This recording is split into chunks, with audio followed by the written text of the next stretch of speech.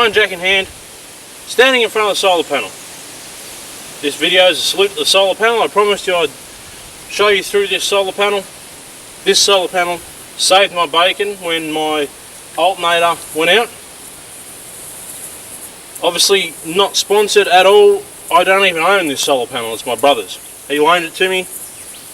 I'm borrowing as much gear as I can as I work out what I want to buy myself, as I build up my rig and what I want to tool with. So, what is this solar panel? It is a rough country, as you would have seen from the bag. It's 150 watt, I think that's correct, 150 watt solar panel.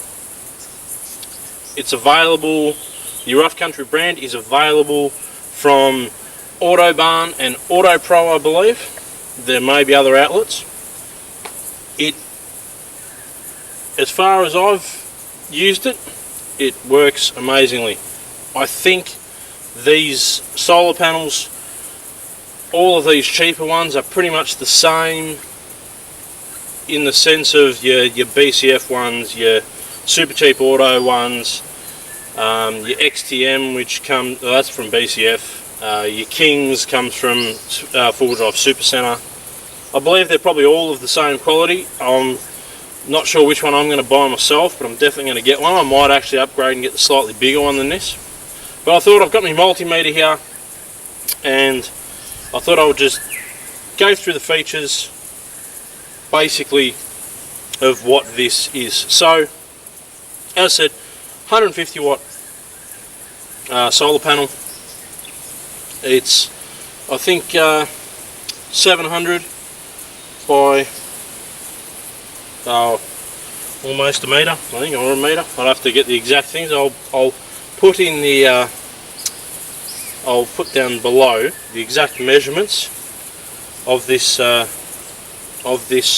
panel. So I thought I'd grab the multimeter and actually see what this, and we're under a fair bit of tree cover here. We don't have direct sunlight, but there is sun on it. The backstory is the alternator on the old Collie packed up on the trip in December, the 2018 Otways trip, and when I lost all of the dash and everything like that, the voltmeter on the Colorado was reading about 8.6 volts.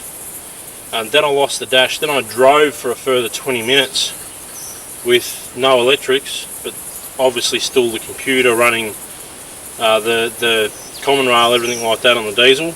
Unfortunately, unlike old diesels where the new ones, there's a lot of electrics that still run the motor. Then 600 metres from camp, died, then suffered the indignity of being towed into camp with everyone pointing and laughing and that, but at least it was a Holden towing me into camp, so that's one positive.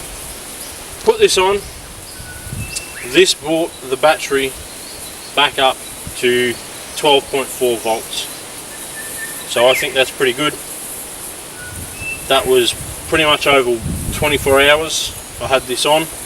I unplugged it overnight. I probably could have left it plugged in, I just didn't know whether the LED lights on it draw down. I haven't done any sort of study like that. So obviously not in ideal light conditions here, but probably in a position where, you know, camping in, it's 5 o'clock. This could be where you're camping for the night. So I figured, what a good spot just to grab it out and see what we're getting when I put the voltmeter on the plugs. So let's do that right now.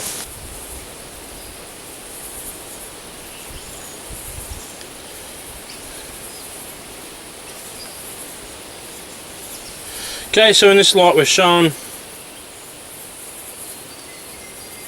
12 volts going in, which I think is pretty good. 13 volts, 13.3.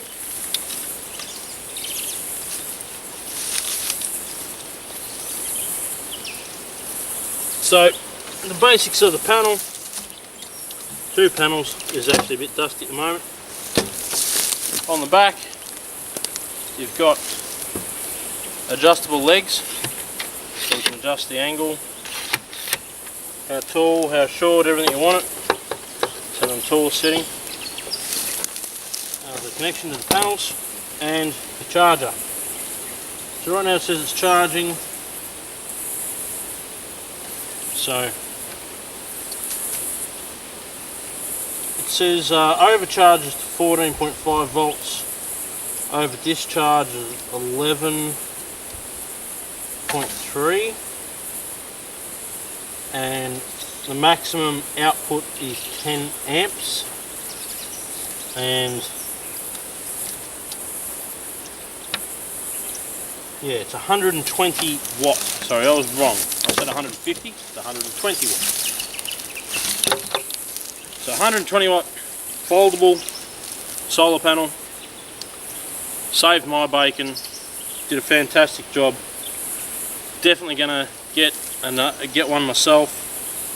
So I'll probably even get a bigger one, just because this one works so well. So bigger's better, right? Anyway, thanks for watching, guys, and catch you in the next one.